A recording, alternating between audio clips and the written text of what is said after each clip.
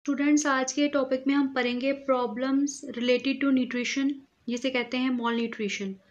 आमतौर पर यह समझा जाता है कि अगर खुराक में किसी किस्म की कोई भी डेफिशिएंसी है, विटामिन्स की, मिनरल्स की या कार्बोहाइड्रेट्स या प्रोटीन्स की कोई डेफिशिएंसी है, तो ये मॉल न्यूट्रिशन में आता है।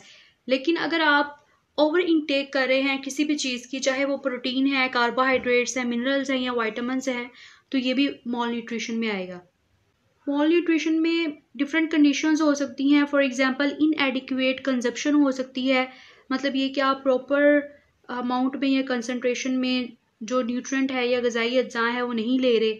इसके अलावा पुअर एब्जॉर्प्शन है, मतलब डाइजेस्टिव सिस्टम जो है वो इफेक्टेड है, और जो इंटेस्टाइन्स हैं, जो अंतड़ियाँ हैं, फॉर एग्जांपल जो स्मॉल इंटेस्टाइन है या लार्ज इंटेस्टाइन है, वो सही तरीके से काम नहीं कर रही। और एक्सेसिव लॉस ऑफ न्यूट्रिएंट्स या लॉस ऑफ न्यूट्रिएंट्स हो रहा है, फॉर एग्जांपल या किसी किस्म का भी डाइजेस्टिव प्रॉब्लम है, डिहाइड्रेशन है या ओवर रिमूवल ऑफ यूरिन है, तो उसके नतीजे में भी माल न्यूट्रिशन हो सकती है।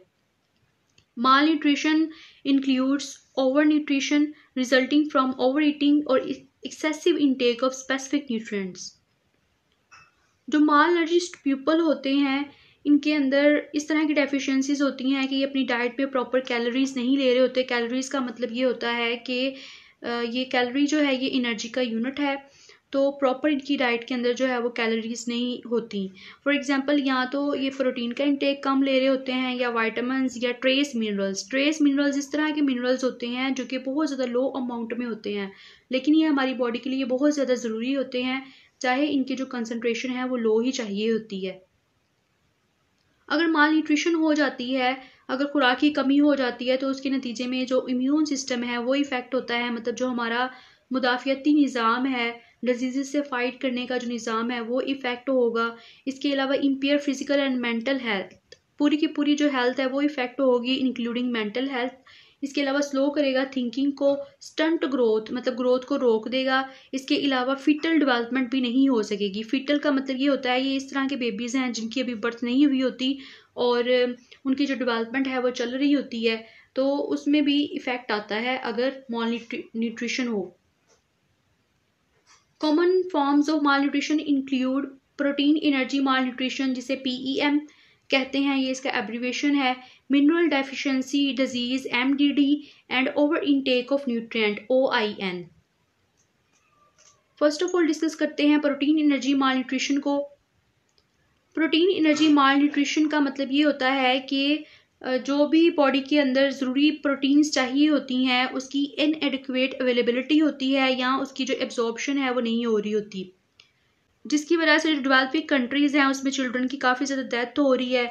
इसके अलावा इसके ज़रिए से बहुत सी डिजीज़ हो रही हैं जो कि प्रोटीन की डेफिशिएंसी की वजह से हो रही हैं। फॉर एग्जांपल क्विशोर-कोर और मेरिस्मस।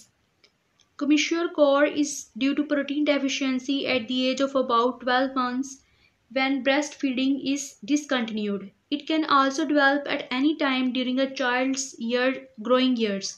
Children may grow to normal height but are abnormally thin. इस तरह के जो चिल्ड्रन होते हैं जिन्हें सही तरीके से ब्रेस्ट फीडिंग नहीं करवाई जाती, तो इनमें जो हाइट होगी वो नॉर्मल होगी, लेकिन ये एबनॉर्मली थिन होंगे। मेरिस्मस जो होती है ये डेवलप होती है between the age of 6 months and 1 year. Patient lose all their body fat and muscle strength and acquire a skeletal appearance.